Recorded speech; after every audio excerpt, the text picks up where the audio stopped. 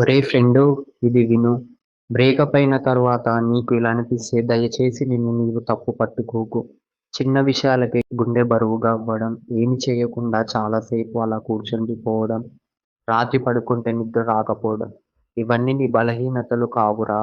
ఇవి నీ మనసు మాటలు. బ్రేకప్ తర్వాత మొదటగా నిన్ను కొట్టేది జ్ఞాపకాలు. వాళ్ళతో మాట్లాడిన చివరి కాల్, వాళ్ళ మెసేజ్ టోన్, వాళ్ళ నవ్వు. వాళ్ళతో కలిసి ఉన్న చిన్న చిన్న క్షణాలు. అవి పెద్దగా ఉండవు, కానీ చాలా నిజమైనవిగా ఉంటాయి. అందుకే ఒక్కసారిగా గుర్తుకు వచ్చినప్పుడు మనసు తట్టుకోలేకపోతుంది. బ్రేకప్ అంటే ఒక మనిషి వెళ్ళిపోయాడన్న మాట కాదురా. నీ రోజులో ఉన్న ఒక భాగం ఖాళీ అయ్యింది. నీతో మాట్లాడే ఒక గొంతు ఆగిపోయింది. నీ బాధ చెప్పుకునే ఒక చోటు పోయింది. అది ఒక్కసారిగా జరుగుతుంది. అందుకే నవ్విన నవ్వు ఫేక్‌గా అనిపిస్తుంది. బయట ఉన్నా లోపల ఒంటరిగా ఉంటుంది.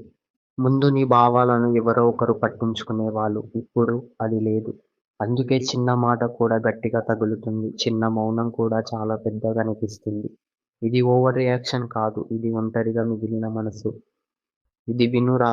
ఇది చాలా మందికి అర్థం కాదు. కొన్నిసార్లు మనకి బాధ ఇచ్చిన క్షణాలను మిస్ అవుతాం. వాళ్ళతో జరిగిన గొడవలు, వాళ్ళతో ఏడ్చిన రోజులు కూడా గుర్తుకు వస్తాయి. ఎందుకంటే ఆ బాధలో కూడా వాళ్ళు ఉన్నారు. ఇప్పుడు ఆ బాధ కూడా లేదు. ఆ మనిషి కూడా లేడు. అందుకే ఖాళీ ఇంకా ఎక్కువగా అనిపిస్తుంది. బ్రేకప్ తర్వాత మనమే మనల్ని నిందించుకుంటాము. నేను ఇలా చెయ్యకపోయుంటే, నేను ఇలా మాట్లాడకపోయుంటే. కానీ వినురా, ప్రతి సంబంధం 2 మనసుల మధ్య నడిచేది. అందులో అన్నీ నీ చేతిలో ఉండవు. నీ ప్రేమ నిజమైనదైతే నీ బాధ కూడా నిజమైనదే. అసలు ఎక్కువ బాధ కలిగించే విషయం ఏంటో తెలుసా? వాళ్ళు లేకపోవడం కాదు. వాళ్ళతో ఉన్న నువ్వు ఇప్పుడు లేకపోవడం. వాళ్ళతో ఉన్నప్పుడు నీవు ఇంకోలా ఉండేవాడివి. ఇంకా ఓపెన్‌గా, ఇంకా నిజంగా. ఆ నువ్వుని మిస్ అవుతావు.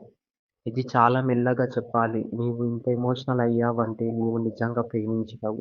నీవు నటించలేదు. నీవు ఫీల్ అయ్యావు. అది బలహీనత కాదు. అది నీ లోటు. నీ నిజాయితీ. ఒరేయ్!